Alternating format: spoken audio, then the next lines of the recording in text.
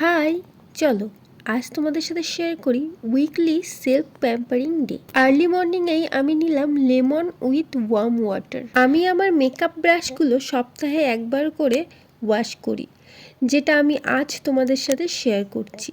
তো এটা কিভাবে ওয়াশ করি বা কি আমি ইউজ করি সেটার জন্য আলাদা একটা ভিডিও বানিয়েছি, তোমরা যদি দেখতে চাও অবশ্যই শেয়ার করব। প্রতিদিন আমরা বিভিন্ন রকমের কাজ করি, যার জন্য নখের অবস্থা কিন্তু প্রচণ্ড খারাপ হয়ে যায়। তাই সপ্তাহে একবার আমি এই টিপসগুলো ফলো করি। এটাতে নখগুলো কিন্তু বেশ সুন্দর থাকে, মজবুতও থাকে, সহজে ভেঙে যায় না। তোমরা এটাকে ফলো করতে পারো।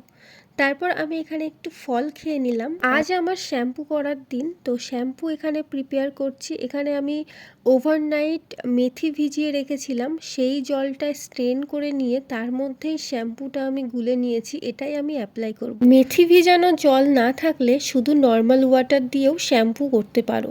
শ্যাম্পু ডাইরেক্ট স্ক্যাল্পে না ইউজ করাই ভালো। তারপর আমি এখানে একটা স্ক্রাব বানিয়ে নিয়েছি। স্ক্রাবে আমি কি কি নিয়েছি সেটা স্ক্রিনের উপরে মেনশন করে দিয়েছি। খুব এক্সপেন্সিভ প্রোডাক্ট না ইউজ করেই খুব সহজে ঘরে বসে ঘরোয়া জিনিস দিয়ে আমরা কিন্তু স্কিন কেয়ার করতে পারি আমাদের স্কিনটাকে সুন্দর রাখার জন্য।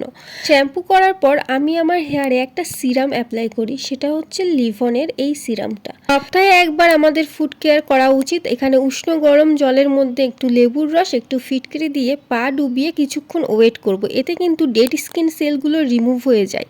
ওকে, বাই।